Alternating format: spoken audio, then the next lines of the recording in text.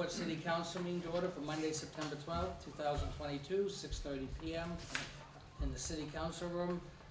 All members of the council are present. Mr. Charbonneau is joining us remotely this evening. Others present is Jim Johnson, Clerk Treasurer, and Laura Dogan, our City Manager. The next item, number 2, is to approve the minutes of August 15th, 2022. Mr. Mayor, I'll make a motion we approve the minutes of 15 August 22. Motion made by Mr. Wilson to approve the minutes of August 15th, 2022. Is there a second? Second. Seconded by Mr. Bashaw. Discussion on the minutes. Then all those in favor say aye. Aye. Aye. Opposed? Ayes have it, motion carries.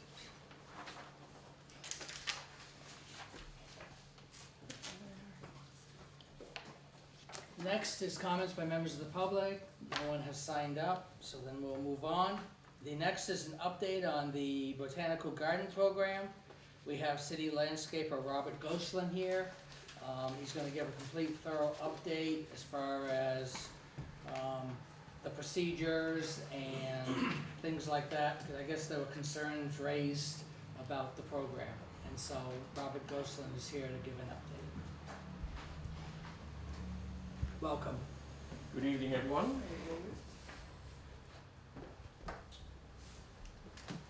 All right, we have made handouts for everyone to have the knowledge of what we've done this year. This is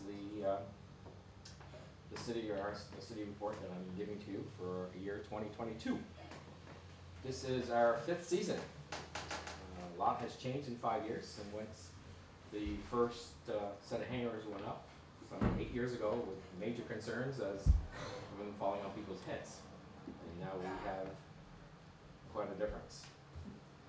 And not they're falling on anybody's head. They're not falling on anybody's head, no, not at all.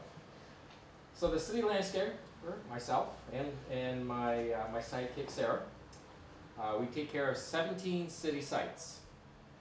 We take care of the city forest, approximately 175 shade trees within the city, and these are the trees that I physically touch and fertilize twice a year. At the same time, being also appointed tree warden, the tree warden duties are done at this time.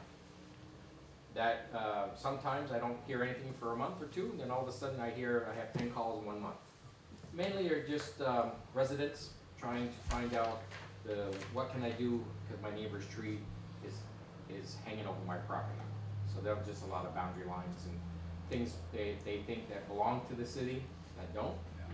So because of the right of way, so we try to keep our residents very informed as to how this all works. Again, trees are expensive to take down, and if they think the city can take it down for nothing, well, it costs us a lot of money to do that as well. So that's some of the duties that I take care of for tree warden. My biggest asset is Vermont Electric, because anything that's within 20 feet of the power lines, I call up Jeremy, which is one of the major tree wardens, the tree, what do I call them? Is he an arborist? He's the arborist. He is the senior arborist for Vermont Electric. I give him a call, I give him the addresses where the trees are concerned. Within 24 to 48 hours, a team is up there taking care of the problem. So you know that they are a very good asset for us. So for this year, for season 2022, our annuals for spring and summer, we had 8,212 annuals that I brought in to grow. For this upcoming fall season, I have 3,204 fall mums, which includes asters, kale, and some different accent celosia and coleuses, which gives you a grand total of 11,416 plants that you will see throughout the entire season. Dollars and cents, that's what everybody's biggest thing. Everybody thinks I have $1 million budget. I wish I did, but I don't. So we spent in plant material this year $5,193.24, which equates to 45 cents per plant. Okay? You gotta remember, we are buying at growers' pricing. There's growers' pricing, there's a wholesale price, and then there's a retail price. So people who are residents who think that we're spending a ton of money because they know what it retails for, I have no clue as to how we can grow it so inexpensively, just because we have our own facility. We have our own greenhouse.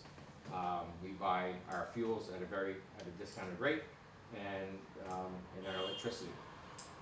So we grow things very, very well and very inexpensively. Again, we buy everything as cheap as I can, including my soils, again, are all at wholesale prices. And then our biggest asset is the recycling of all of our pots and our trays. We use the same ones year after year. We thoroughly sanitize them and get them ready for the following year. Price of plastic is so expensive, so a lot of times the plastic is worth more than the plant is. So we have to be very careful about that. Our inventory within the city. We have 139 16-inch hangers, which is the spring and summer collection. And then you have another 139 fall mums that'll come in right behind it. We have the 5 concrete urns on Main Street, the 2 extra large urns in front of the state office. We have 60 planting barrels that go up and down Main Street. We have 2 of the 12-inch planter urns, which are in front of the municipal building. That gets changed constantly as the seasons change. You have 10 20-inch post planters. Those are the planters that you're along the lakeside down at Pomeroy Park. You have 6 of the 12-inch post planters, which is to the right of Pomeroy Park, right of the tracks. You have the 9 of the planter boxes, the 12 by 24s. These are the ones down at the gateway, down at the chamber office. So those are there. And then you have 4 of the 12-inch by 12-foot planter boxes, and those are the ones on the causeway in the islands. And the last but not least, the 5 24-inch by 12-foot planter box. I think it's a double up. There it is. That's all right. That's more of the causeway planters. At the municipal building, that's where that falls. This year that we have for inventory, that's where your 24-inch by 12-foot planters come in. The planters on right here, the newly constructed one, the insert pulls right out. It takes 4 men and a forklift to lift them because they're that heavy, but it does work. We will remove them in the spring, get them into the greenhouse, change the soils, plant everything in there, and then when it comes time to bring it back to Main Street, we put them on the back of the truck and we just bring them in and then drop them in. So that's what's nice about those. And then last but not least, with the new addition of the 4 new streetlights up Upper Main Street towards the project up here, that gave us 8 new hangers. So that's some of the new things. Additional new items for this year were the planters again for Pomeroy Park, the stone wall, which will be planted seasonally as different things change. You have the circle bed, again the stone circle bed that's in the middle, and then you have the vault planter, which is attached to the wall. And please remember, all of these planters, all the material for the planters, all this money was donated for this. This is nothing that's coming out of the city budget or my budget at all. A big one this year down at Pomeroy Park. We had a grant from the Rotary Club of Newport to the tune of $6,000. We had a $3,000 grant from Rotary, and then Rotary matched it for an additional $3,000. So that $6,000 gave us a phase 1 of Pomeroy Park, because I have that broken down into 3 phases. And phase 1 was the creation of the new 120-foot by 30-foot bed along the side of the walkway, which now includes 5 brand new service berry trees. To the right side, opposite side, we have planted 25 limelight hydrangea bushes, and then we will be installing 180 new perennials. At this point, we have already planted 500 tulip bulbs. You will have an additional 250 daffodil bulbs and some hyacinths going in there as well. That's why you see the little white flags in that bed. We had to mark where they were going because we would never remember where to put them. We have upgraded all of the post planters. Before there were only 12-inch, we jumped now to a 20-inch planter. Plus we added the other 6 on the opposite side. That includes all the sockets that go into the ground, all the 4x4s, the new basket itself, and then the new cocoa liner, which has holes in the sides as well as the one on top. Again, this was all paid for by the Rotary Club of Newport. Our portion of the grant was the labor only.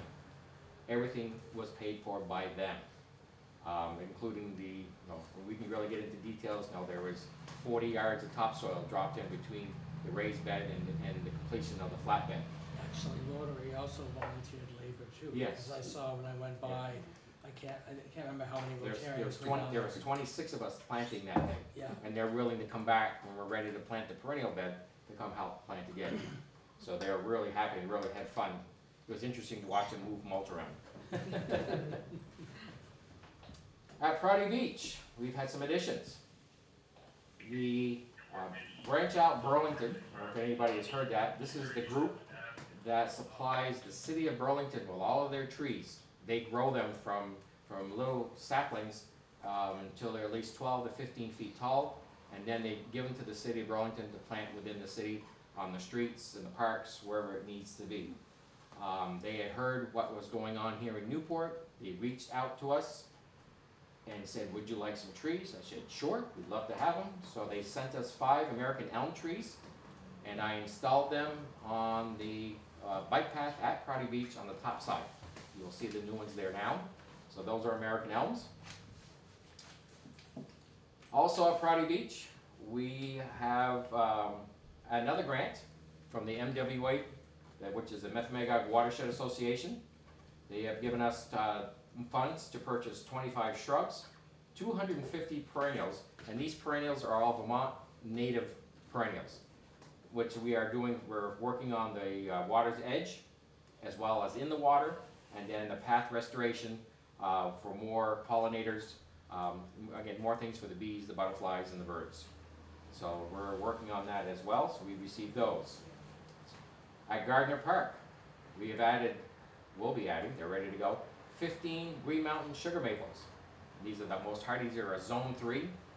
So give them 15 years, we can start tapping them, and maybe something else new that the city we can do for something fun. Is tap some sugar maples and have a little program about that. And that's headed on the back side of Field 2. Field 2 is the main softball field. If you go through the park, you will see grade stakes with flags. And we just continued all the holes that we had. Every tree is 20 feet apart, 20 to 30 feet. They're all marked out between from the oaks all the way through. So this will finalize that whole row with trees. And last but not least, this year there was a campaign. I know you've all seen it on the news about the flowers, the sunflowers for Ukraine and for their support. So we got into the program and we planted 1,500 sunflowers down by the gazebo by the interstate road. We planted 3-footers as well as 5-footers, and 3-footers are just about done. The 5-footers are in their last of their glory. So that was a nice program, and that cost us $75. It was very little money. On the education front, we didn't realize it. We do educate people. We help out as best we can. This summer, we had 4 students from Lake Region, as well as North Country, and they wanted to learn a little bit about the horticulture trade. This was a 6-week course, and for all these students, this was their first job. These students have a little challenge as to introduce themselves into the public. They're a little more shy. They're a little challenged on their abilities. So my job was to introduce them to a lot of people, to be aware of their surroundings, because a lot of them are pretty, they like to stay home, play their games on their tablets and whatnot, and being out in the workforce where you got cars zooming by you, a lot of horns, a lot of sirens, really made them nervous when they first started. So we get them out of their shells, and we had a great 6-week program. And again, this is all paid for by, used to be Voc Rehab, now it's called... It's FABA, isn't it? Well, it's higher ability. It's higher ability. And these students, next year, if they wish to come back, they can be hired by the city with our programs through the summer, because they'll have some. So that's a good thing there. Now, the city has received awards for this program, because it's just not our department who has the students. I know they're here, we have them for the landscaping end, I know they have them at the dock, they're at the beach. I'm not sure where else we put them, but I don't know how many students, but we have won awards, they're on the wall. It is a worthwhile community, function, and I'm hoping to keep this going. For the third year, the Garden Club. I don't know if a lot of people knew about this. The Garden Club gave us 120 volunteer service hours for help us planting and filling pots in early spring. These ladies want to get their hands dirty right off at end of March for 1st of April, so they came to me and said, hey, can we come and help plant? Because they know how much we have. By then, I'm still by myself. So I took them on. So this is, again, it was the third year. And then the club members, they have various projects that they do. They do things at the hospital, they do things at the old stone house, but they also take care of and maintain all of the marigolds that are underneath the flag at Gardner Park. There's approximately 225 of them there. So they do that as part of their. So I thank them for their for all their hard work. Because it is hard work for people who are not used to standing up. And these are all retired ladies, and a lot of things they're just not used to. So they have a good time doing it. Coming up next week, we have 24 students from UCA, and they will give us 75 hours of community service. They'll be helping us plant, they'll be helping us weed, as well as paint around the city. You will see them. It's a Tuesday. They come from 8:30 until 11:30. I'm working with Mac at the park, as well as Adam from the beach. We're getting our projects together, so we'll break up the troops either into groups of 6, groups of 5. I'll make sure how many show up that day. We'll have plenty of things for them to do, but it will also make it fun and educational. We're going to show them why we're doing this and how to do it, so that way they can come back with a little bit of knowledge if they want to do things at their home. Okay, last but not least, new for 2023. My biggest project, again, will be the continuation, which is called Phase 2 of Pomelo Park, which is the right-hand side of the track underneath all of the fir trees. That is a shaded area. We've got approximately, again, another 200 plus perennials that will go in that are all shade lovers. And then on the outside edges, we'll have the ones that will have a few shrubbery that it can handle the acid, as well as some sun and some heat. So that's my biggest project. And then Phase 3, which will be the following year, which will be for all of the underlighting and the lighting of the path of the going through the Pomelo Park. Because as you all know, because from the footbridge, from the railroad bridge all the way in, it's dark, very, very dark. So I have all the schematics here to have all underground lighting coming in with bullet lights down the whole path that will light it up, but only light the path. It's not going to light, everything, light up like a searchlight. It's just strictly the path that's going to be lit, and then we'll have low voltage lighting that'll be underneath all of the trees, which will make them glow, and then we've spotlighted the fountain, so you'll be able to see that at night. And these will all have LED bulbs in them, so with a flip of your phone, we can change from clear to white to blue to green, whatever color you want, or we can have them on a random setting. So that'll be really nice and interesting.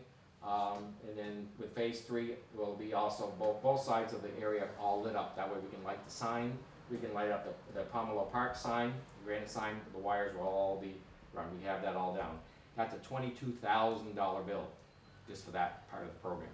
So the Rotary loves this project. They want to continue with this project. Besides the grant money that we're receiving from them, they have guaranteed me so many dollars every year for maintenance. So they'll pay for the remulching, they'll pay for the fertilizer, they'll pay for any plant that has died. We'll use that money as best that we can. Again, we're buying everything at wholesale prices or less. Okay, so we never pay retail because we don't need to. We make our dollars run at least 3 times over, if not 4. So that's why we can get so much for the dollars that we spend. And last but not least, Remember, our department is also directly involved in all of your holiday decorating throughout the city. Besides doing all the plant material, you know, as you can see us through Memorial Day, 4th of July, Labor Day, Veterans Day, you'll see a lot of decorations throughout the city. That comes directly through me, as well as the Public Works Director, through Mike. We coordinate this and make sure this, it looks very tactful, but not gaudy. We're excited for another Christmas season that's coming up. We are now already banging our heads as to what is going to be the next theme for Gardner Park, because we now have Santa and sleigh, so now we're thinking, what's next? Now, what's the next phase that we're doing? We have some 16,000 Christmas lights that we put up last year. We have them all. They're all back, plus whatever else you can come up with. These were all, again, all paid for, and so that's our inventory for Christmas. So we are growing, and the city is accelerating. In my eyes, and what I'm hearing from our residents, what I'm hearing from all of our tourists that are coming through town, from our Canadian friends, to everyone who's coming up through the area, that no, they've never seen what we're doing in such grand scale, and they're loving it. They're stopping. The buzz, we had a couple of our French Canadian folks was downtown, and one of my garden club ladies was speaking to them in French. They were walking, and they had heard that you have to go to Newport. It's just no answer. You've got to go to Newport, get on the bike path, start walking through the trails, and come into the city and see what they've done. It is absolutely gorgeous. So we're in the right front of bringing people into town. Now we've got to get our retailers to get back on Main Street. I remember doing this in the 80s and 90s with the merchants. We were always fighting, how can we get more people into town? If we could have done this in the 80s and 90s, they would have loved it, because that's what they were trying to do, is really, you know, get the city clean, and we do. We strive for cleanliness all the time. We have a sweeping process where we sweep the city every Friday throughout the entire summer. It's just because of the traffic. We try to make everything as clean. The trash is picked up and gone. So, yeah, again, Sarah and I, we see this. We're out there at 5 a.m. in the morning, and we see this. We pick it up along the way. I mean, every day it's nothing easy for half a bag of trash that we pick up just off the curb and off the sidewalks from the night before. So, and then there are a lot of citizens. I saw it today when I was watering. I missed a couple of big pieces of paper. Some citizen was walking, grabbed it, threw it in the trash can. So the citizens are aware of keeping things clean, and I've never seen citizens that are so mindful now of the flowers that if you look at them cross-eyed, they're hollering at you to leave them alone. Oh yes, people are very, very cautious now. That raises a good point, which I think was a concern raised, I'm not sure with someone on the council, but the schedule for taking the flowers down and putting the mums up. Mhm. People keep saying they look so nice, why are we taking them down? But I seem to remember you telling me last year, by this time of year, they're so full of bugs That and is- aphids and other stuff, you have to swap them out. Right, we have to pick a time frame to where we have to flip. It takes about 2.5 weeks to flip this entire city. Mhm. I have to be ready for the Fall Festival, which is the 24th of this month, which is the Chili Fest and everything else that's going along with it. Well, I can't do that overnight, so you gotta give me a little time to get things taken down, brought back up. But yes, the hangers, the petunias this time of the year, aphid, whitefly, and thrip really start to take in. You don't see it because it's underneath. If you flip those hangers upside down, they are jet black. I mean, Sarah and I, as we're taking them down, we are covered in little green guys, and that's aphid. And they're just eating the plants from the inside out. So you don't see them from the road. Again, remember, you're up 15 feet in the air. You can't see these, no, what's happening to these plants. Now, is there some of those plants that are 100% fine? Yes, there is. And do we cringe tossing them? Yes, we do. But there's a point in the time to where I've got to flip, and to make this city continue to stay as beautiful as it possibly can. I don't dare try to give people these hangers, because they're expecting, oh, I'm going to give you a hanger. I mean, hanger basket, like, no. I have more money involved in the basket and the hangers and the liners than I do in the soil and the plants. That's how expensive these units are. So when I tell them, here you go, they say, wow, Where's the basket? where's the basket? I said, you're not getting the basket. You want the plant, you can have the plant, but then I show them, I'll flip it upside down, this is what you're getting. Don't put it anywhere near your other things, so they're just gonna attack that. So most of the, 99% of the time, once they realize, then they say, thank you, but no thank you.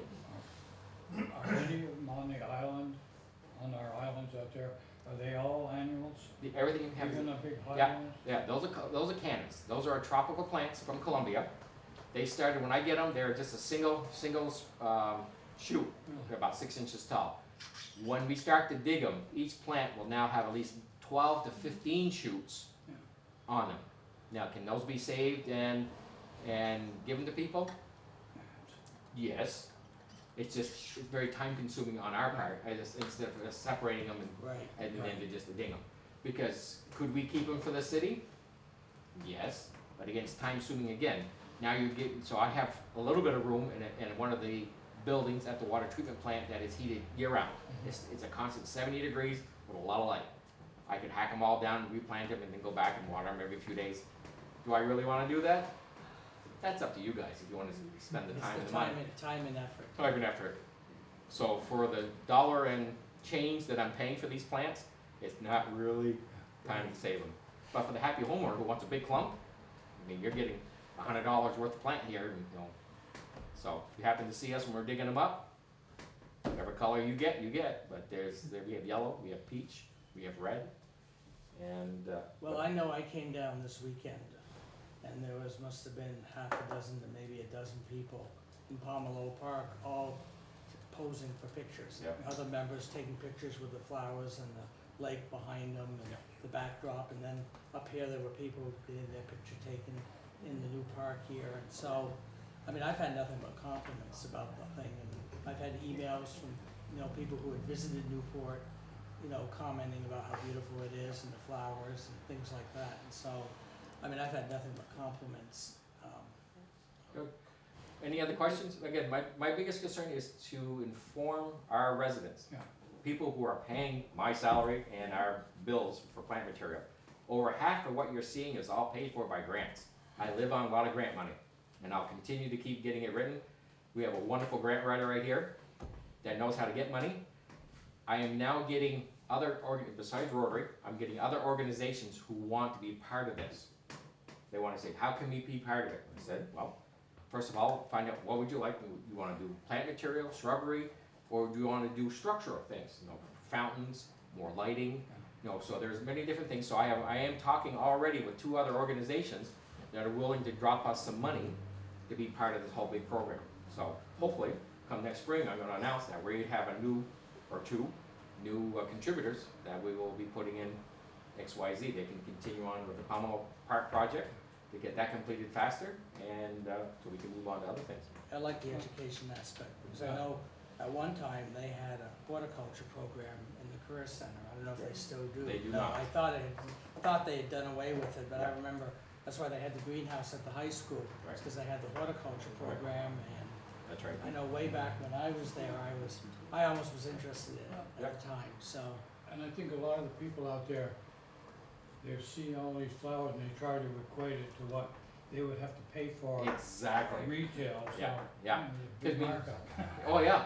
I mean, just the cannas alone. Okay, the cannas, which are the yellows, the reds, the Yeah. pinks that we have out there. If you go to any store to purchase them, you're going to get 1 shoot, anywhere from $12 to $15 per pot. Yeah. Okay. Yeah, Robert, Yes. canna lilies, I've grown them for years, Mm. they can be treated like dahlias. So you dig them up, Mm-hmm. you dry them. Yeah. You don't have to eat them or treat them like a hothouse plant, and then you just dig them in again next time, it's not hard. It's the place of storage. Either I have things that are 100% freezing, or things that are in the 70s. So could some of us who feel like rescuing some of the cannas get our hot little hands on them? When it comes time, those are going to be one of the last things we move. I'm trying to keep all the big tropicals until the weather stops them from doing anything. Right. So I'm going to work the mums around them and leave them alone. But that'll be in October. Oh yeah, I mean, like I said, I think I'm just going to dig them up and I'll bring them in front of by the greenhouse and just throw a blitz out through the Newport the network and say, hey, come and get them. Because again, so many people want them, and if you want to take the time to separate them, cut them down, and Canada is so easy to Yeah. store over the winter, Yeah. and they're so beautiful, and for us, so oh, expensive. yes, for the happy homeowner, like I said, you're paying $12 to $15 per plant, and I'm gonna give you a clump of 15 to 20, and that's one plant that I started, and that's how he equates. Yeah. My biggest expense out of this whole budget is fertilizer. I was gonna say. Because fertilizer used to cost us $23, $24 a bag. This year I was paying $52 for that same $25 bag, 25-pound bag. So, anything else? Any other questions, Anything comments? else? Okay. Can I- I ask, can I ask Yes. just one, because I'm curious? Sure. Do you keep track of how much you use in water? How many gallons of water you use for all sorts of things? Well, And put, where do you get it from? put it this, at the facility itself, I am metered at the facility because at the sewer treatment plant, again, we are part of Newport and Derby, so they have to know how much water is in and out of that place. So I'm fully metered there.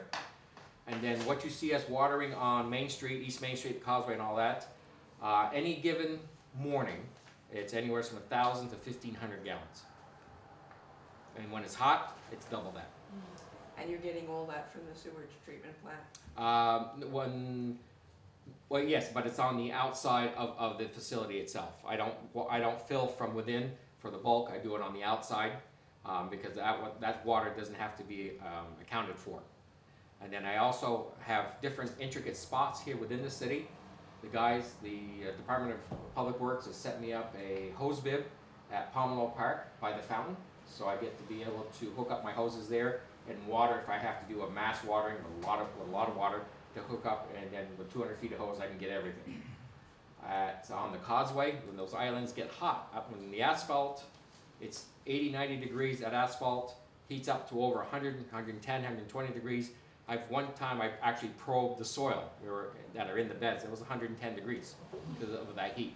So I'm in there at 5 in the morning and soaking those beds down the main bed at the causeway takes about an hour and a half of non-stop water by the time for it to absorb and not just run off. Then I'm good for a couple of days, but it just steams right out of there. I mean, Yeah. I tell you how hot it gets. Our fire chief this spring, when the mulch first went down, how many fire calls did you get called over weekends? I think I did 9 this year total. Because people were throwing cigarette butts onto the mulch and You can it see was it like, smolder. oh, it was smolder right And there. it's not just the causeway, it was the state office building, it was the Sumsick Bank. Oh, yeah. So it gets hot, and we water as much as we can. We're fortunate that we are plentiful in water. So it doesn't cost us a lot for water. I'd like to say, Robert's come a long way since some of us started doing this back in Centennial year, and he made a huge improvement of this. Of course, my wife and I and Polly were into this, so we really appreciate what he does. And back then I was saying, you gotta do something to make the city presentable, because when people drive through a town, the first thing they look at is how the town looks. If they can look terrible, they're not coming back. And when they see this out here, they tell their friends, hey, you gotta drive to Newport to see it. You know, he's come a long way. This is one of the better things the city decided to do right here. And you'd be surprised the amount of people that three of us talk to walking from that campground at Prouty Beach. When they go walking, they don't go the other way. 9 times out of 10, they're going downtown along the causeway to see those flowers. It's amazing. I can I had also, someone's, I'm sorry, I was just saying. sorry, I was gonna say, you probably already know this, we're the envy of a lot of other municipalities because of this program, which is really nice to hear from my colleagues throughout the state. We've come a long way, you're right. But I had some people stop me and they started walking the path basically by the Scott Farm all the way downtown. And they said they would walk, sit on a bench, walk, sit on a bench, walk, and they just raved about the beauty and the path. And then I had another compliment. People started at the gateway and they went all the way over the Canadian border on the bike path. And they made the comment, because they travel around the country, and this is one of the most beautiful bike paths they've been on. And so that was a compliment that I'd received.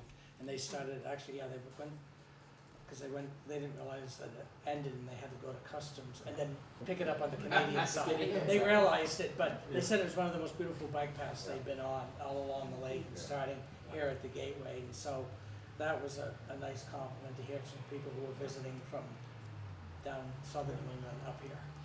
I think we're starting to get people to drive here to see the flowers. They come here specifically to see the flowers.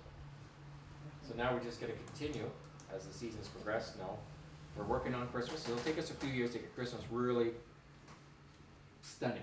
I mean, we're nice now, but there's a lot more we can do. As grant money comes available, as budget money comes available, we'll keep, we know what we'd like to do, but it's gonna come with a hefty price tag, and right now, we can't afford it. So we'll wait, but we can make things look very nice with what we have. Well, thank you for coming. It's a good update. Thank you, Robert. Appreciate all you do.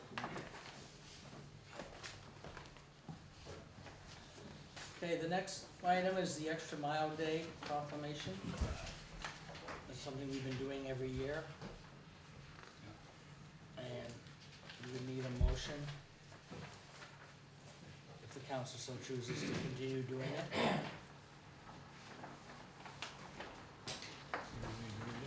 Okay. No, no need to read it. It's been posted, I believe, it was posted. And I'd like to make a motion that we continue on with the Extra Mile Day and have the mayor sign it. Motion made by Mr. Wilson, is there a second? Second? Second by Mr. Vashon, discussion? Then all those in favor say aye. Aye. Aye. Opposed? Ayes have it.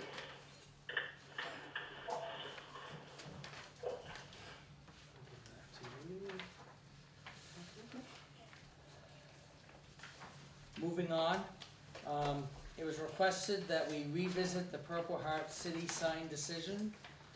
At the last meeting, we had voted on, I believe, if you picture this as green with the Purple Heart. And Mr. Wilson requested that we revisit the issue, I'm gonna call it an issue, but revisit the sign layout. We're calling us Bobbsey twins. Oh, wow. Yeah. But, Mr. Wilson, you, Yeah, would I prefer brought we it up, chose a different one? And there was two reasons. Number one, when I talked with Tom, the two signs that the VFW had given us are pretty, they're nice signs, but they won't stand out there on the side of the roads. So, and I talked to the VFW and everything, and it'd be good possibly put those that they gave us on the long bridge as the Veterans Memorial Bridge right there. And then Tom and I, but Tom sent me some stuff and he went around some of the areas. My concern was, that's the bottom of the Purple Heart. But the Purple Heart is all of this. You get a Purple Heart, they don't stick the bottom on your chest. You get the whole with the silk. And that's every medal that comes out of the military. So, I know the mayor sent this one out, and there was about 3 designs that they come up with that, around the country that show the actual, the medal, and even got the city's name on it as a Purple Heart City. And so I kind of would like to, we're still supporting the Purple Heart City, which we are, but come up with a little bit better, more lasting sign. But now it comes down to which one does everybody like. I can tell you myself that the mayor, the public works manager and myself, we like the one that says Purple Heart City. Obviously it would say Newport, Vermont. That's the one that I Purchase found. the form. That's And it's the same exactly thing like the one that as- I as found What and the mayor sent, found. that I sent to the manager. Yeah, and he sent that around, which is a lot nicer sign, and it is the entire medal, not just the bottom part. So I asked the mayor if we could relook this. The only relooking is to pick one that we would like, and then Tom can order them. Are these gonna be bigger than the green ones? There's gonna be bigger than the green ones, yeah. And as you said, the green ones were not very, they're more flexible, plastic type. And Tom says they won't last at all, so then he brought up this idea.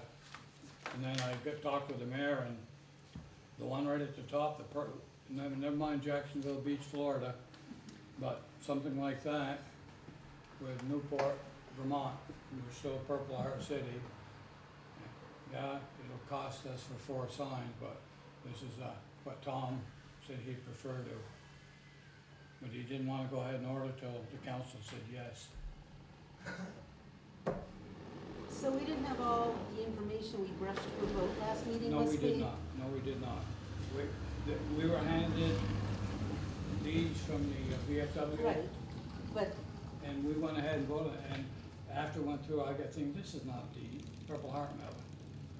This is the bottom so we're buying part. 4 signs now, and then we're gonna stick the ones from the VFW on the Long Bridge? Well, that's what the mayor had suggested, and I thought, put it where we've got, we already have a sign up there that says, Veterans Memorial Bridge. So we're gonna have 2 different designs Well, in the it- city. yeah, well, unless you wanna just give these back to the VFW, but. And Tom didn't wanna put up something that, like this, wasn't gonna last, so. I said, well, I'll see what we can do.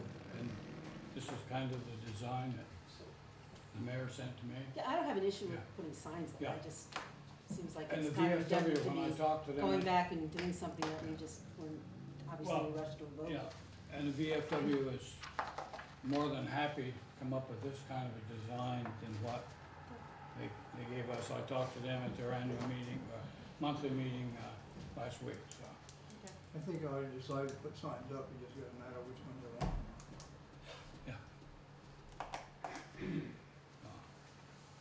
Do we wanna go along with this design, I think the top one. the top one? So we give this to Tom and he'll buy the 4. And what do they cost? I don't know what the sign costs.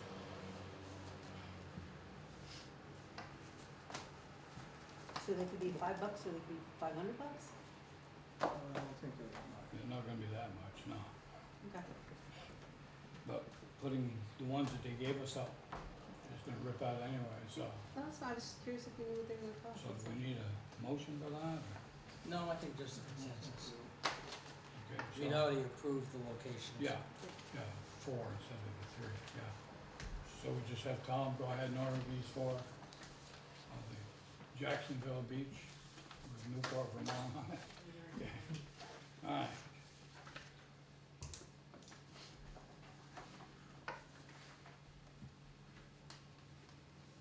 That's all. Okay. It does say vote on the agenda. Okay, then Yeah. we could have a motion. All right, then I make a motion that we, have Tom, the city purchase 4 of the Purple Heart signs that have Jacksonville Beach, Florida on it, As the with example. our name on it. That's the example sign. Yeah, that's the example. So a motion been made by Mr. Wilson, is there a second? I'll second.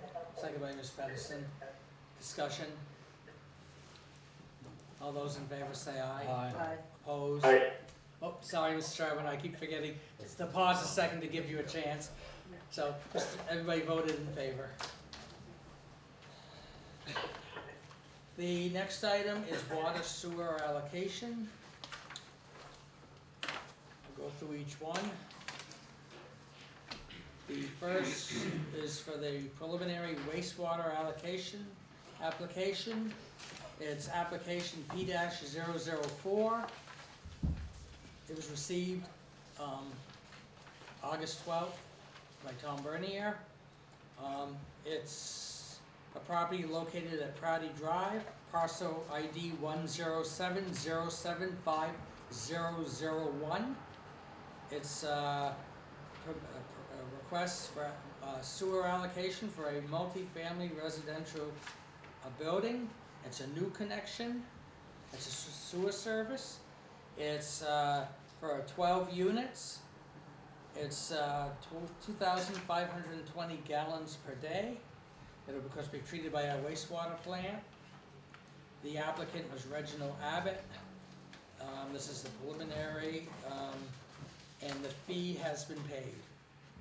the fee for that was $302.40. And that was paid. So that is the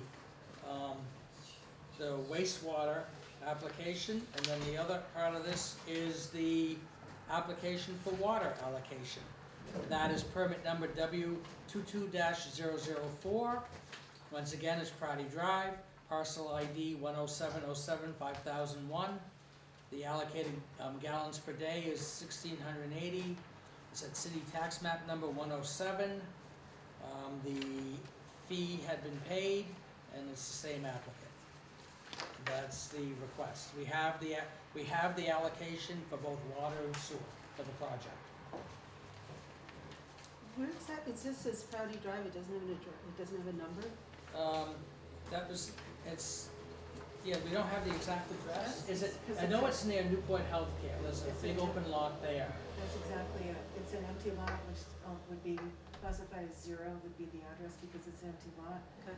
It's, if the hospital is behind you and you're looking at the Newport Health Center, it's next to that before. On the right-hand side, On the right before the side. houses. Yeah.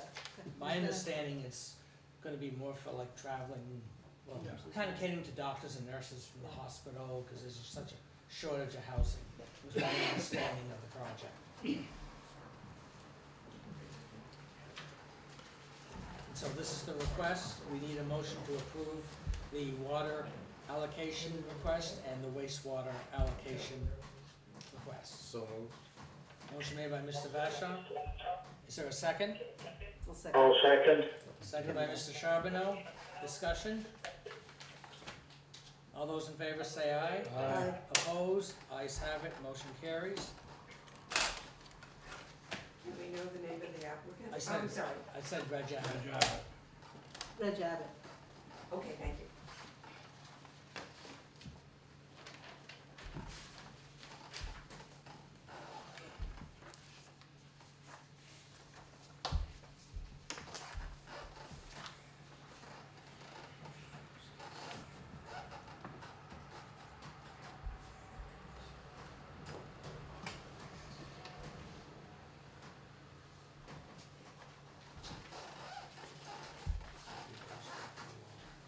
Since Tom's not here.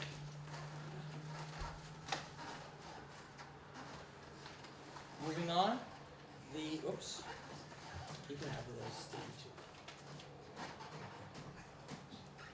Moving on, the next item is the annual recreation rates and fees. We have the recreation director here who can kind of give us an overview. Sure. Not many changes. The first one, we added 10 new forest tent sites at Prouty Beach. They're very nice. If you haven't driven through, go drive through. It's like a state park in there. So we need to add them to our fee schedule, and we're just recommending. Our other tent sites are $36 that come with utilities, so we're recommending $25. These come with no utilities. It's just a tent site, picnic table, or fire ring. So that's the one change. The other one is we haven't changed the seasonal rate in quite some time, so I'm just recommending that we up that $100 for resident and non-resident, and it's still a considerable discount from the normal fee. The other thing is diver expenses for inspection of the moorings have gone up, so I'm recommending a small increase on mooring rates across the board, our seasonal moorings and our transient mooring rates.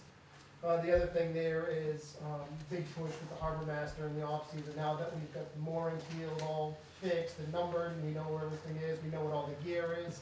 We're going to do a big push on marketing the open mooring. So it's volume there to make up the money. Then the last thing is we had that mobile bandwagon. We use that as a stage for the Newport Summer Stroll. It's not in any condition to leave Gardner Park, so we're gonna leave that there, and we took it off the rental list. So those are the 4 things. Everything else is staying the same. The question I have is, at Prouty Beach, have we met all the requests that have come to us for the last couple of years that the campers had asked for? You know, improved facilities, washer and dryers, decent bathrooms, Wi-Fi.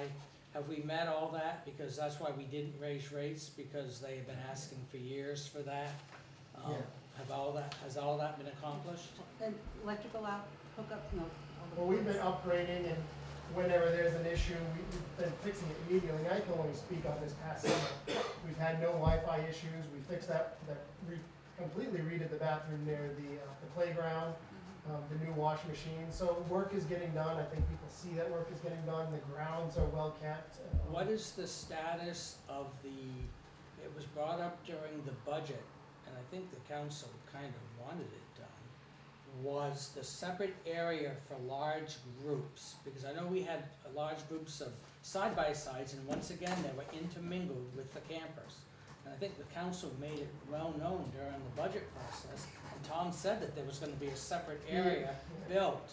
And my understanding was that it hasn't even been started. Which is kind of discerning to me as the mayor and, a member of the council, that we kind of wanted something in November during the budget process, and it hasn't even been started, and we keep getting side-by-sides in, and I really think there's the need to have that separate area.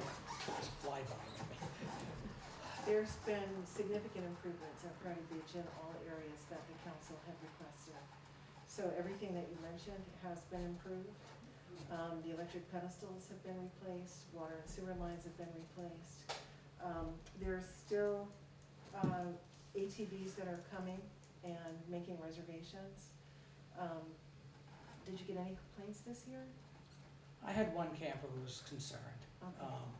but other than that, it seemed better, but I was just saying that we had wished for a separate area for large groups. It was very well discussed at this table, during the budget process. It's fine to have all the other things, done. That was stuff that had been requested year after year for about 5 years. And then when we had the issue last year with all the side-by-sides, it was requested to have that separate area. And I really still think that we need to do that. I believe Just- that's one of the reasons they expanded the overflow camping on the field. So those kinds of improvements are getting tempered down, or complaints are getting tempered down. I think there's been dramatic improvements over at Prairie Beach in every area. I know that Tom is focused, particularly in the late winter and spring, probably 80% of his time is spent making improvements at Prairie Beach. Well, I just want to make sure that directions from the council are followed through on. That's my only concern, is that when the council wishes for something or requests something, that it's carried out. That was my only concern, with that whole thing. Fly is going to happen. I'm sorry, it's I'm on not my gonna nose. I'm not gonna speak for Tom at Public Works, but I do know that it's still top on his priority list to continue the power pedestals on the overflow field for this. I mean, that was on the list. We got a little bit bogged down in the new tent sites to expand our revenue base, and then he was gonna move to continue that. So I know it's on the top of his list. Okay. I had one complaint, couple were very concerned over that. We had a complaint, I talked to Mike about it, so he's aware of that. So that was all, because the ATVs. Yeah. We had one group, we put them all in the field. That was the first group that we knew about, that they stuck together. Another group came in, and they were in the normal sites, and that was probably the same person for the same issue. Okay, that's all I have. Other than that, between you and I, John, we're gonna have that, now Jim, that fly. So we would need if there's no other questions, or, if there's no other, sorry, it's that fly, it's just absolutely. So if there's no other questions or comments, we would need a motion to approve the rate structure. I'll move to. Mr. Mayor, I make that motion. Motion made by Mr. Charbonneau, is there a second? I'll second. Oops, sorry. Second by Ms. Pedersen. Any further discussion? Then all those in favor say aye. Opposed? Ayes have it, motion carries. Mr. Mayor, would any of the council members be willing to give up his or her rate schedule? You can have mine. Thank you, Mr. Mayor. I didn't make any notes on it. I had notes on it on the paper. Thank you. Yep.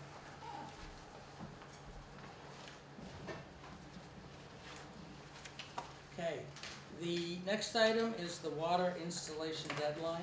I put this back on the agenda because I still feel we need to set a date. And I still think it's something that can be worked on. If we set an end date and then over the next couple years, you know, it's something that can be worked on, but at least we'll have an end date in sight. And I'm thinking either 5 or 7 years is my thought process on it. I know there's a grant application, I believe, that's being worked on that would allow the city to hire the rest of the installations to be done, but I still, barring that grant or no grant, we need to have an end date. And I was thinking that if you go 7 years, say December 31st, 2029, 29. Was it that we be metered by? Because that was the big push when we went for the bond for the water tower. You know, everything the council had to vote to mandate meters. And once again, when we made that motion, there was no end date. So it's an open-ended, if you want a meter, you want a meter. If you don't want a meter, well, there's really no teeth to enforce it. So, if we have an end date, that's like, I don't know, 7 years out, but we get the grant,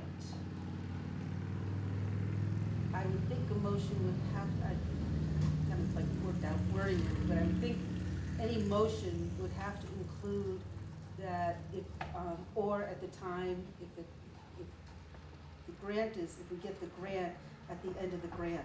Otherwise, people would say, oh, well, the grant says 7 years from now. Right. So we'd have to include somehow worded, who can think quick on their feet and think of wording on that. Rewarded the grant.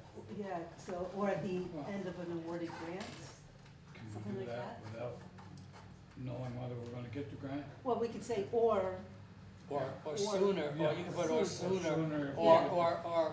or sooner if a grant's awarded. awarded. Yeah, and then we've got the end date of 2029. Yeah, Yeah. that's what I'm thinking. I'm fine with the deadline, I'm just wondering how, I know the crew's been putting out notices on doors and knocking on doors. How are we gonna get the buyer? The procedure would be, in my thought process is, okay, you take, say, our section of town. You notify people, we will be installing water meters. It's mandated, you just divide the city up in sections. You take this section, you figure out how many are already metered, you figure out the ones that aren't metered, and you basically say, we're here to put a meter in. I mean, there's no other way of doing it. That's actually the vendor that would be doing that. Well, the vendor, but if we don't get the grant, the city will have to start planning on it or budgeting to hire a vendor, because we need to get it done. The vendor is the key.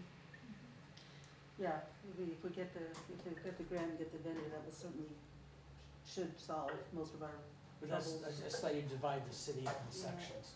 So you take like the east side, say from Cumberland Farms down, okay, all these houses are metered already. Well, that leaves 20 houses, 10 houses that don't have meters. Like any new construction, you'll have a meter, like Tony Tangway's project, those are all new houses, those will automatically be metered. Or like this, what we approved tonight for the multifamily, that'll have a meter.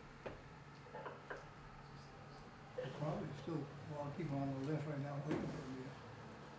Yeah, I heard that. So that was my thought process on the whole thing. But by having, you know, again, if it's the city that has to do it as opposed to have, you know, again, if we don't get the grant, and the city has to do it, that's why it's a kind of a pretty far out end date. Well, that's why I chose that date, but it gives us a goal. Right, no, that's what I mean, it's not like we say, okay, it's gotta be done in, you know, a year and a half, and, Right, a year and a half's impossible, We there's can't no do way that. you could do, I think there's 800 or however many there Yeah. was left. You couldn't do that in a year and a half. That's why I chose that time frame to give us a goal. Because it's gonna take planning, yeah. it's gonna take some coordination, but we have to come up with a date. That's the bottom line. Just wondering how the members here Do they all have meters? I do. Okay, No, no, okay. I'm just wondering. Well, normally I don't have I'm all the, happy well, no, with but mine. normally I don't have all these questions until we have a motion on the floor and let the council, go first, and then I open it up to the public after. Whoops. So, council's thoughts? I don't mind at 2029, or if the grant comes through, then at the end, when the grant money runs out, that should be when it's done. Right. So we need a motion then. I make a motion on it. We set a deadline of 2029 to have the entire city metered, but that could move forward if we get this grant we're applying for. Then by the time the grant money would run out, that would be the deadline. Okay, that's the motion. Is there a second? I'll second it. Seconded. Discussion, council members? Can I offer one, something to think about is we'll be putting an entire financing package together. And there may be parts of the financing that could be a grant, and there may be parts of the financing that could be a loan. So there's some unknowns. So I might tweak the motion, instead of saying grant, to put financing in place, so that way we're a little more open-ended for what the future might bring. So we can't just tweak a motion if, we want to change the motion. I have to take my second and John would have to You withdraw. wanna withdraw your second? So I don't know, that's just how we have to do it, if Yeah. anybody wants to tweak the motion. That's up to you. I'm just suggesting that I don't know if it'll be a grant or a loan. So it's a very fine detail, but it's It's entirely up to you. okay. It's good to know. Do you wanna change your motion To finance, to finance versus grant? grant or loan, you know, I should Grant. say. I'll pull it back and No, pull back my we say second. that 7-year deadline of 2029 to have the city metered, or an earlier end date if financing becomes available. Okay, that's the motion. Is there a second? I'll second it again. Second it now. Discussion from council members? I'll just say, I actually had a meter installed when I got on the city council because I didn't think I could be telling people that they have to, whatever with water, not be metered. I was one of the 100 test cases. I'm very happy that I got mine installed. Okay. Jennifer, you had a question? Well, yeah, the only question, I'm not against metering and not against vote to set an end date. But my question would be, if you come to my neighborhood, and I do have a meter, and say, you have to be metered, and we're installing it now, but I got 6 more years before the end date. How are we going to, how's the city going to enforce somebody to install it at that particular point? Well, you have to have a realistic date. The problem now, as you know, is Oh, I know, yes. some people don't want a meter. And they're using, well, the motion didn't have an end date. That's some feedback I got. Oh, there's no end date on the motion, so I don't ever have the Shorter meter. end date, I mean, 7 years is, you know. Well, I was giving our crew, my thought process was giving our crew a chance to do it. I figured if we had our crew doing it, so many meters a year times so many years is how I roughly came up with the number, kind of based upon what they were kind of averaging in the past. That's the only reason why I came up with the 7-year date, was because I know one time our crew was putting in a fair amount when, when it was quiet times. And so that's how I roughly came up with the 7-year date. I just did some averaging. So many a month. I didn't hear you. Installing now, how are they doing? From my understanding, we're not doing anything right now. We can't because we're downstaffed. But we're gonna have to either hire it or do something, because we gotta meter the city. Because in my opinion, we're not equitable. It's coming down to equity for me. There's a lot of people who aren't metering because they know they use the water. I see it in my neighborhood, people who don't meter because they like to they wash their car every day, or they just run the hose, you know, and to me, that's not, it's an equitable thing. I've always been in favor of meters because I feel you pay for what you use, just like for your electricity. I mean, you pay for your heat. If you keep your house at 90, you're paying probably more for heat, things like that. So that's what it comes down to me. One of the things, I don't, you know, it's not anything to particularly be discussed or voted on tonight, but something that perhaps operations can look at is sort of a tiered way, like, you know, after so much time, if you're not metered, your base rate goes up by a certain percent. So there's some incentive, so everybody doesn't decide the month before 7 years that they're gonna get metered, so. That was the theory behind the rate schedule that you have now, So- is that the non-metered rate would go increase. higher So, quicker yeah. than the metered rate. So if, you know, if operations wants to try to come up with something and bring it to the council, I think that would be beneficial. Combination of the two probably Yeah. would work. Yeah. Okay, I'm confused. When James came home that night and said, "They're putting meters up," I said, "I don't want it." I said, I want to see how it works. I really don't want to put it in. Well, I think by then, I think everybody took it, you, John, you didn't. So how many years was that? You didn't.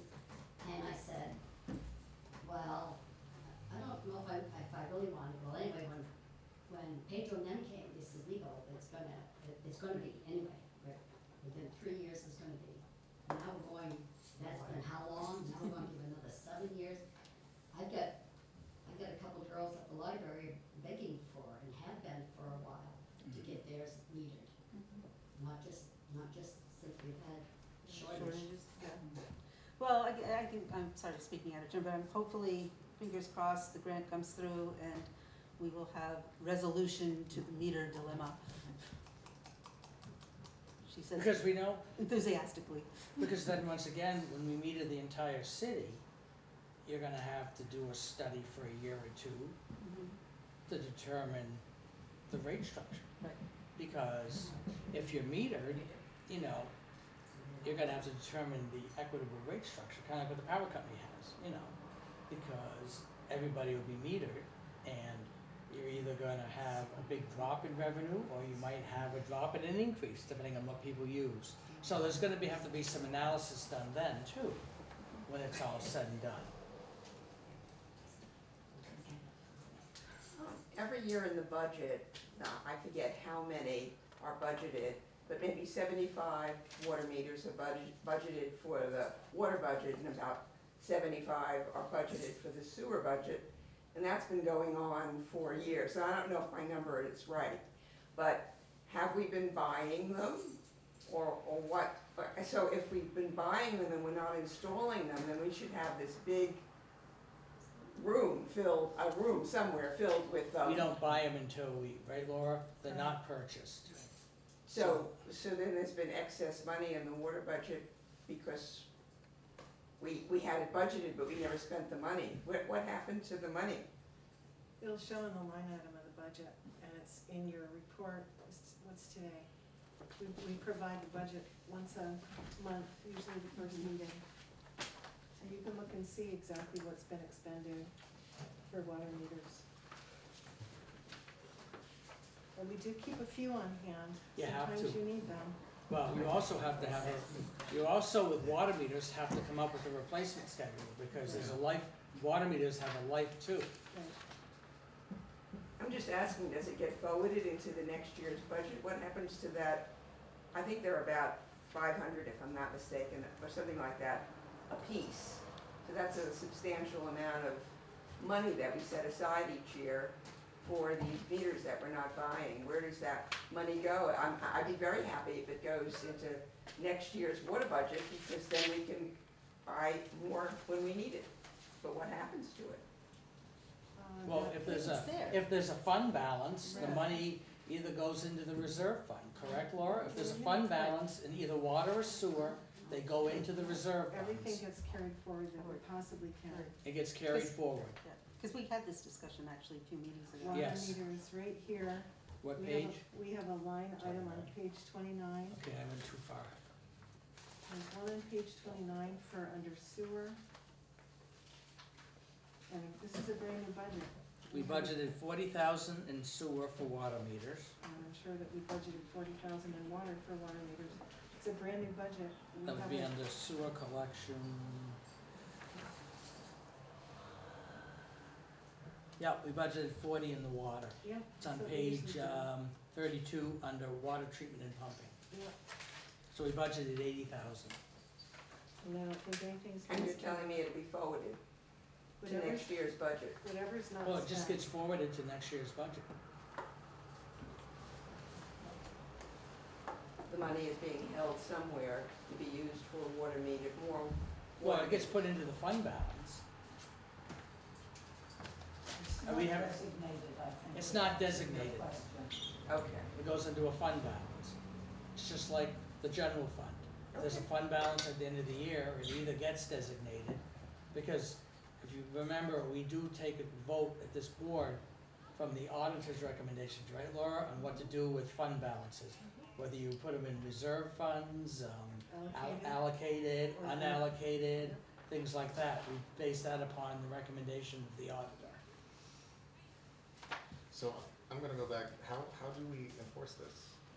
And it's not just the tail end, everybody wants it, or somebody's showing up in my neighborhood and not opening the door. It's gonna take the rate structure.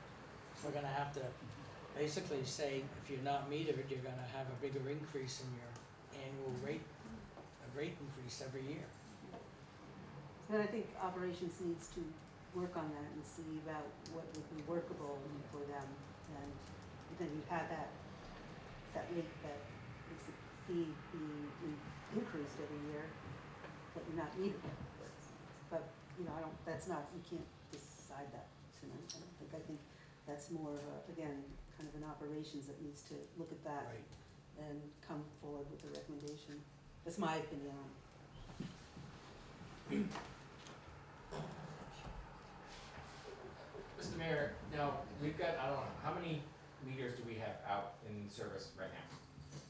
You have that in your memo. It's about 856 or so. Okay, so if we have, that's a fair amount out there. You should now be able to get a general idea of what an average home uses every month or every year, and what an average commercial place is using. Can I imagine you must have broken down between commercial properties for water and homeowners, because I think they're two structured rates are different, correct? The rate's the same straight across the board. The rates are the same. They are, okay. Doesn't exist. So, yeah, so that'll throw, if you had a strictly one for a homeowner, that way you know if they're using 8,000 gallons a month. Well, they have an idea from the meters what the average home is using, because I saw a printout from the lowest water users to the highest water users. Yeah, so if you do that average, you base that average on a fee structure, and if you times that by number that we're supposed to have, that'll give you a general idea of what your income's gonna be if everybody was metered today. Well, we kept being told differently that once the city's metered, they're then gonna have to do an analysis of them all. Oh, my. That's what we were told, and that, Two points, which is water loss, which happens. Yeah. Also, when you're metered, a lot of people will drop down. Mhm. We are assuming, or the city is assuming on a lot of them, that the residential person is using X number of gallons, when in reality, they could be using less than that. One of the things is, unless you do something with your vote, which I think right now is sort of premature, I think you need to do some research, that you have a penalty. Somebody comes to my neighborhood in a year and says, you must meter, and I say, no, I've got 6 more years, come in the 6th year and see me. What penalty is there unless you penalize me for refusing a meter, which would be a whole different structure? Why should every single individual non-resident, non-metered person be penalized on an annual basis? So I think they should be. But why should I have the same penalty as somebody who's in a neighborhood that has not had a chance to put in a meter and desperately wants a meter? They're crying for you to come to their door. I'm sitting there saying no, and we're getting the same penalty? And That's not I fair. think, it wasn't my intention to say that if you're not needed, you're gonna get you know, you don't get. No, I think you need something like Right, that. to and be I think honest at with this us. point, I think, again, I think operations needs to look at realistically, you know, how much can we do, how, you know, looking at what's left to do and come forward and bring something to the council as a recommendation or something to consider about how we are going to incentivize people to meter. The bottom line for me is we needed a date. Because, I mean, I brought this up months ago, and it's just, you know, it's dragging on. If we don't finally take a vote to set a date, it could be another year, 2 years before the council takes any action, and you don't have an end date.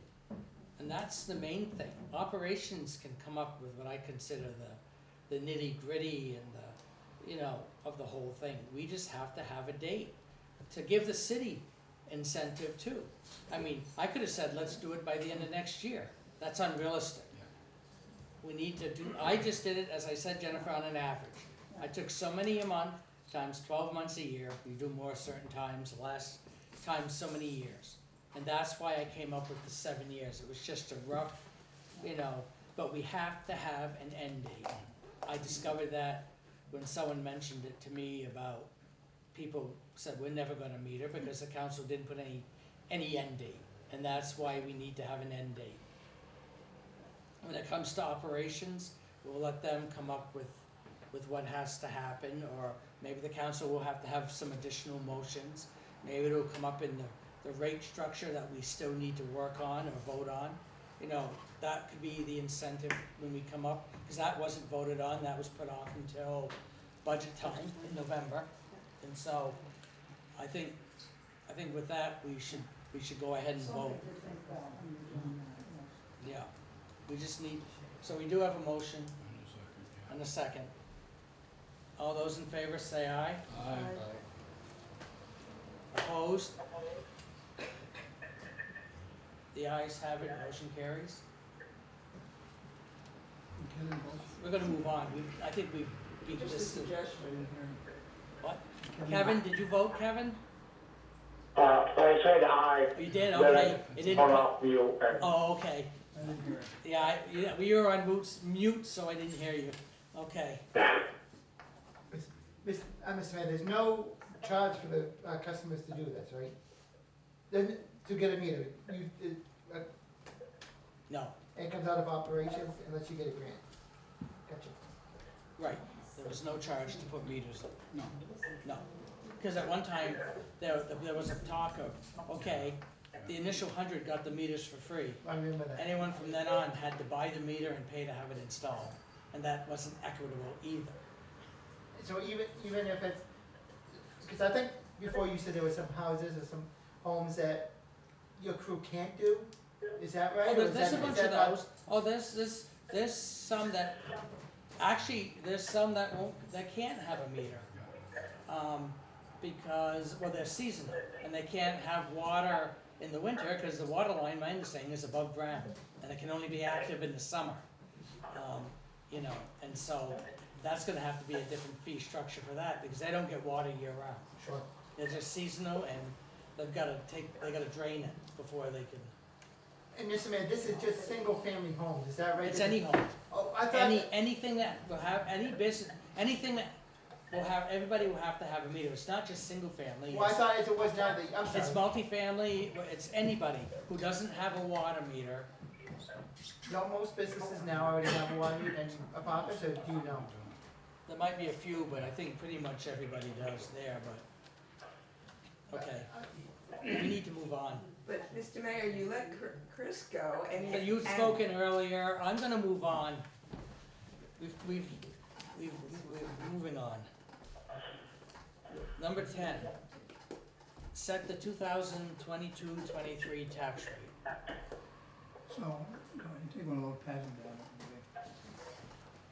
So, I've been setting this rate, figuring it out for the council for 25 years, and I've never seen this happen. The overall tax rate on both residential and non-residential is going down. That's because the municipal tax rate only went up about a penny. Okay, but the educational rates, for some reason, dropped. So the overall rate's going down.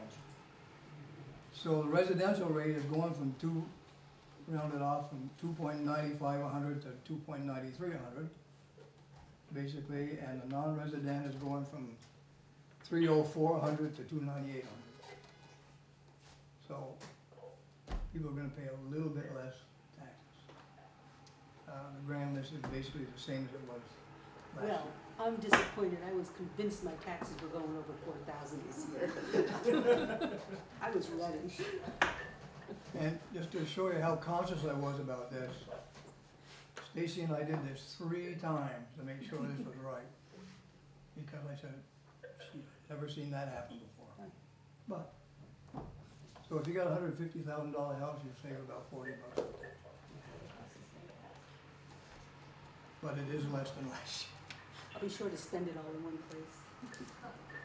Appropriations went down, voted exempt went down. Education increased, yeah. Was good. Okay, so we need a motion. So moved. Motion made to accept the 2022-23 tax rate. So moved. Right, Mrs. Bashar made the motion. Is there a second? I'll second. Seconded by Ms. Patterson. Discussion by council members? Yes. I just have one question. I think I read in the paper at one point that the grand list had been increasing the amount of money that one was getting, the grand list, had been increasing, and therefore I expected the rate to go down anyway, but you seem to say the grand list hasn't.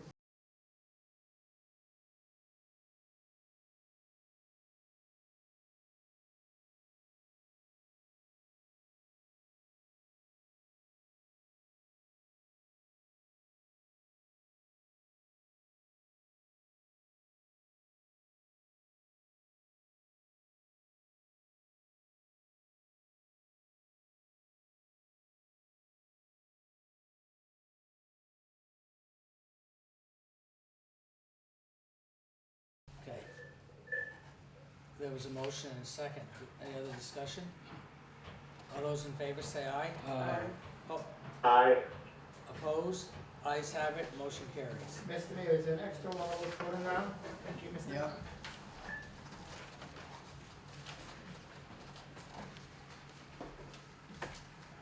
So those bills will be going out first week now, Yep, maybe. maybe. Okay, moving on, new business. Mr. Johnson, I have no. Mr. Wilson. No. I guess I have new business. I'm just kinda curious, Laura, the, concerns that were raised about the library wall. I was just curious when I read that in the report, only because the library had paid for the wall. Was there a public concern, or? I had heard that there was concern about who's paying for what on that. So I wanted to just put clarity in case any council members had any questions. Oh, okay. I just saw that and I was just, kinda put up a, The library paid for all material over a year ago. right, okay. And just to let everyone know, WCAX will finish putting up their weather camera on the library this week. So no, it's not a camera to look at spying on people going by, it's a camera that's on the library to look up the lake. Kinda like what you see Skywatch 3 weather camera. So they'll be putting that up because I know if some people see a camera, they think someone's spying. And so I just wanted to let everyone know that they'll be finishing that this week on the library. So if you catch the CX News in the morning, some days there'll be pictures of Newport. Well, it'll be up the lake, Up the lake. in the mountain they approached, so hopefully that'll be finished this week. They had a couple glitches last week and on that aspect. Is that a live feed that you can watch all the time online, or is it just Channel for, 3 has live feeds of their other cameras. yeah, Yeah, So you get it off, you have it off their website, yeah. yeah. Okay. That's all I had on the new business. Any new business? New? No, thank you. Any new? Mr. Johnson, I forgot, did you have anything new? No, you didn't have anything new. Mr. Charbonneau, did you have any new business? No. Okay, moving on, old business, Mr. Johnson, No, Mr. Wilson. No. I guess the old business I have is, I just wanted to give an update. Let me find my notes here, I made some notes. Looking into Brella? I am, I've set up a meeting with NEK-TV Watershed Association to learn more about the program.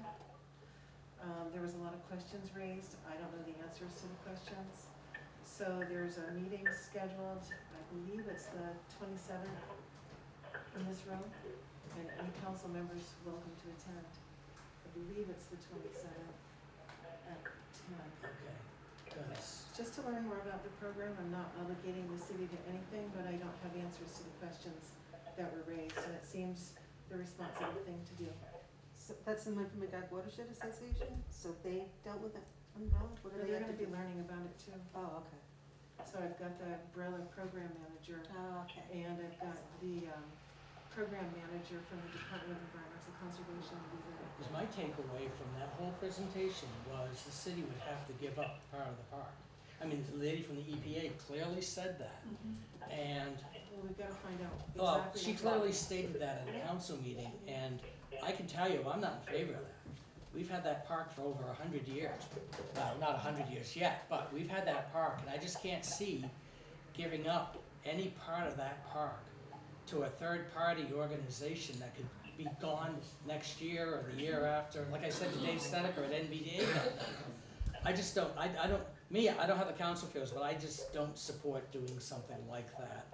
I just don't see us, it's $300,000 cleanup. If you think about it, you could budget $30,000 a year for 10 years, borrow it probably at low interest rate. You know, it's about the cost of buying a new vehicle, if you think about it. Do we wanna give up a part of the park for $300,000? I could see if it was a $20 million project or a $10 million cleanup, but for $300,000 to clean up a section of the park, I just can't see giving up to a third party, because that's what the lady from the EPA said that night. She clearly said the city would have to relinquish, and that's what I've read in notes and different things, relinquish ownership. And I just can't see doing that as a responsible elected official in Newport. I don't think the voters of the city would ever go, I don't care if it is a $10 million project, they'd never go along with that. That's a historic area over there. That was done during the federal works program. I mean, you can do the research, Laura, I just wanted to state my opinion for the record, because I'm just, don't agree with it. Just, you know, I can't imagine anybody would. but, so that's all I have. Mr. Charbonneau? This could be a good agenda item to look into. So whether we can budget this, as we're gonna be doing the budget coming up, and possibly maybe Costello help us.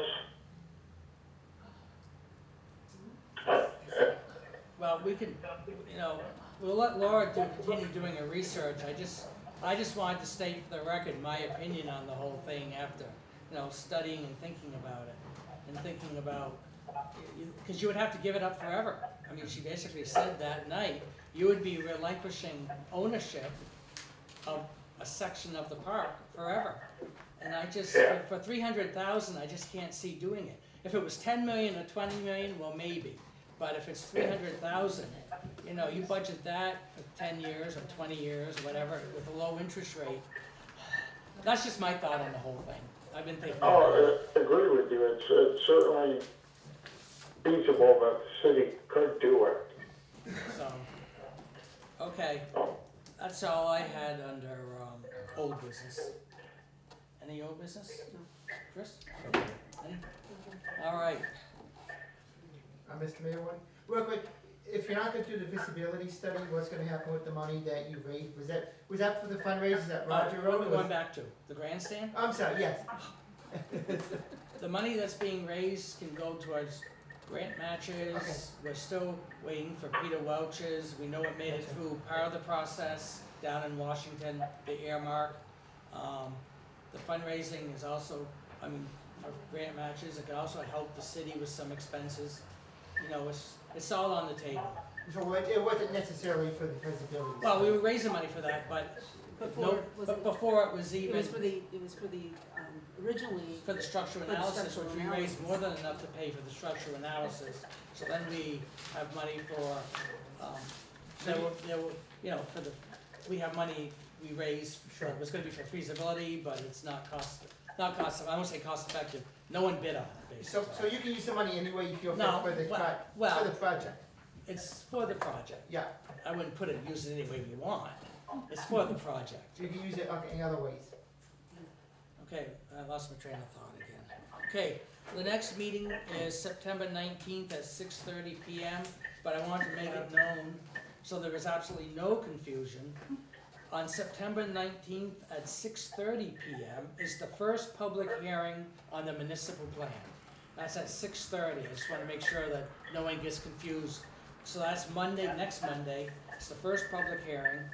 And then the second public hearing will be Monday, October 17th, and that will be at 6:30. So those are the two public hearings on the municipal plan. Because the planning commission has had their public hearing, they voted to move it on to the council. And so this is the final steps in getting before the council votes to accept the plan. And I can just say that I'm very impressed with the plan. There was a lot of time and effort from what I've seen go into it. And with that, we need a motion to adjourn at 8:06.